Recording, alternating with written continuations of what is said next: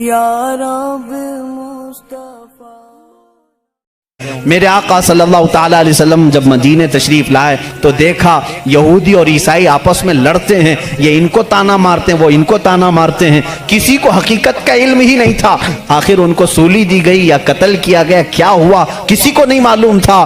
پہلی مرتبہ میرے آقا صلی اللہ علیہ وسلم پر قرآن کی آیت آئی، اللہ رب العزت نے فرمایا بل رفعہ اللہ الیہ، یہ لوگ آپس میں جھگڑتے ہیں، ان کو یہودی کہتے ہیں ہم نے سولی پر چڑھا دیا، پھانسی دے دی، عیسائی کہتے ہیں نہیں وہ غائب ہو گئے ہیں، آئیں گے، اے نبی آپ فرما دیں نہ عیسائی صحیح کہہ رہے ہیں نہ یہودی صحیح کہہ رہے ہیں، بلکہ اللہ نے عیسیٰ کو آسمانوں پر اٹھایا ہے۔ میرے آقا صلی اللہ علیہ وسلم نے سب سے پہلی مرتبہ یہ بیان کیا اور پھر یہودیوں سے کہا اے یہودیوں تم ہرگز بی بی مریم کی طرف انگلی نہ اٹھانا، اس لیے کہ وہ بتول ہیں، وہ عذرا ہیں، انہیں کسی بشر نے چھوا تک نہیں، عیسیٰ علیہ السلام جو پیدا ہوئے وہ اللہ کی نشانی ہے۔ اب مجھے بتاؤ عیسائیوں کے اوپر 500 سال سے یہ غلاظت ڈال رہے تھے، کون؟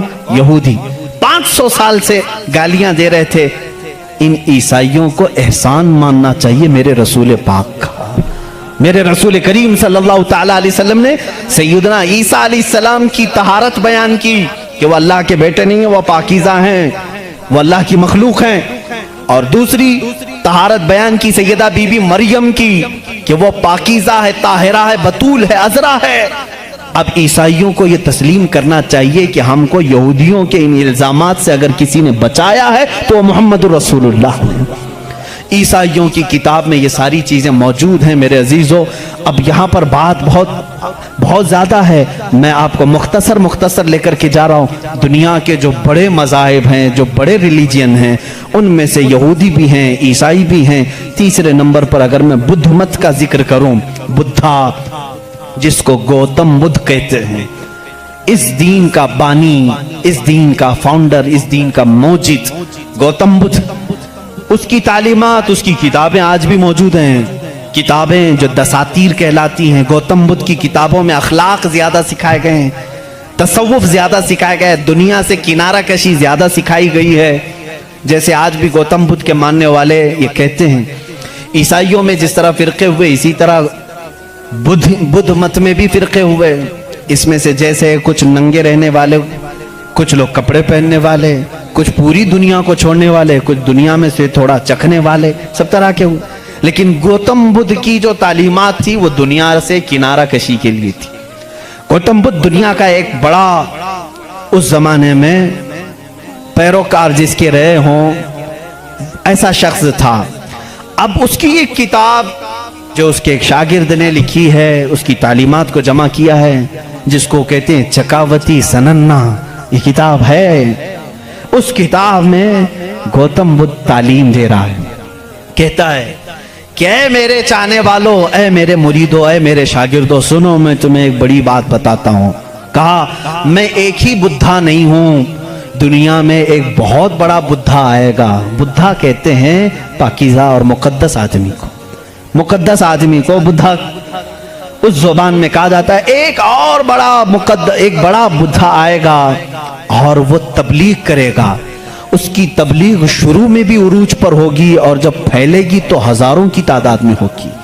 اس نے کہا جس طرح میرے شاگرد سینکڑوں میں ہیں، اس کے شاگرد لاکھوں میں ہوں گے۔